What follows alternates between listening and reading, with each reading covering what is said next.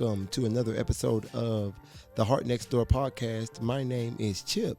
And I'm Tierney. Now, today I am your special guest host, I guess you can say, because there is a special occasion to be celebrating.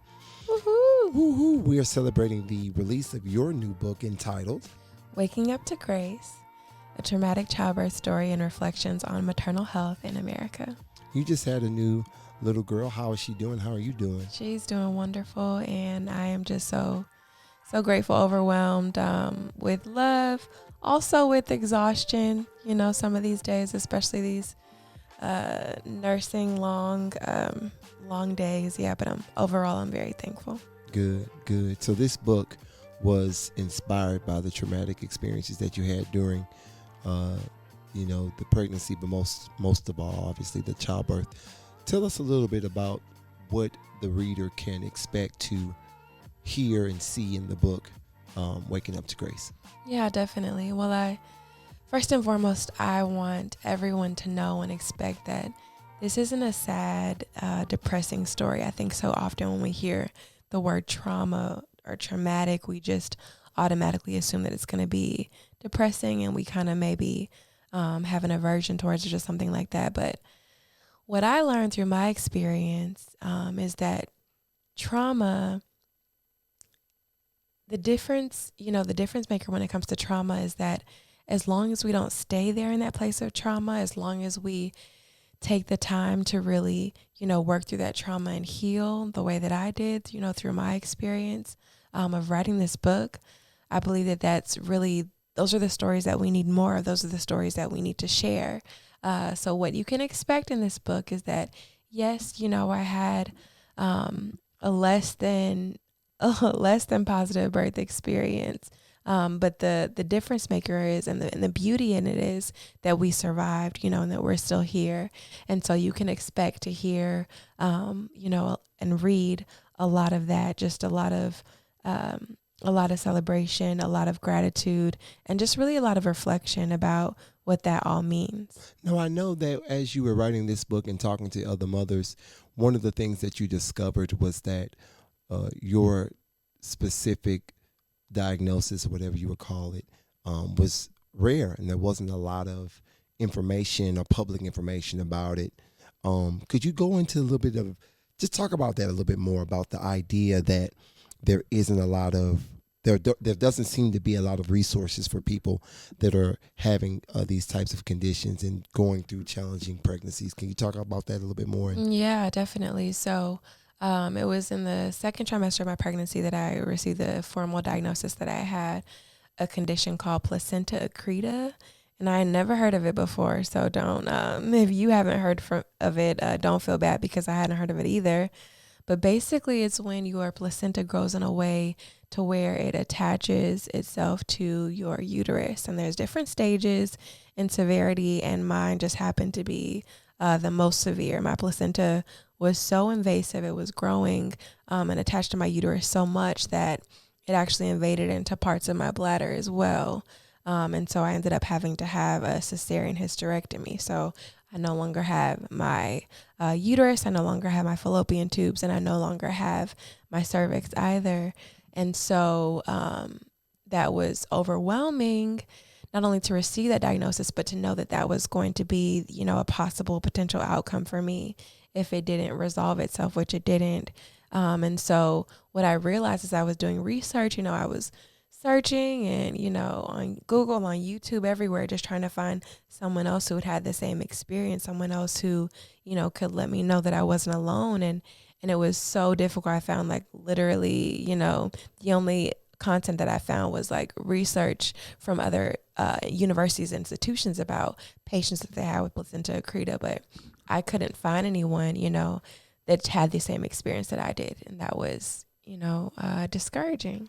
Talk to me about that. And you're talking about it, but what I want you to go into is the idea that the reality that you've come into contact with as you were having this baby, this little girl, in a way kind of sparked a movement to spread awareness, to have the conversations, to do those types of things. And so can you talk about that moment, that instance, where you felt like this was your opportunity to share and to enlighten others about? When did you realize that you had to not just have this experience for yourself, but share it with others in this way? Yeah, definitely. So honestly, all of the writing that I did for this book was very therapeutic. I learned, from prior experiences, prior pain, and heartache experiences like this. Although I've never had, a birth experience like this, I have experienced heartache and pain. And so what I've learned from that is that therapy for me is writing. And so first I knew that I had to do this for myself, but then I also knew that if there was a potential to help other women who may be going through an experience like I had, who may not be able to find any resources or help about, how to cope with their high risk condition or with a traumatic pregnancy, I knew that there may be an inkling or a possibility that this may just even help one woman. And if that was the outcome, if that was the case, then writing my story and sharing my story wouldn't be in vain. Yeah. And so you wrote this wonderful book, and you said if it was, if you could just help one person, that would be, this experience wouldn't be in vain. So with that being said, you're having an event actually later this month. Could you tell us a little bit about it? Is it open to the public? Just talk to us about the event that you're having to obviously celebrate this book, as well as spreading awareness. Yeah, definitely. So here in the city of Detroit, we really face a heartbreaking reality. We have one of the highest maternal and infant mortality rates in the nation, right? I mean, the nation itself already in the United States, we are literally I believe we're 55th. Our rating is in terms of maternal and infant mortality rates, which is horrible. We have one of the worst rates of any developed nation. But here in the city specifically where we live, it is extremely disparaging and unfortunate for Black women, who are at least 4 times more likely to die in childbirth than any other ethnic minority or any other group, right?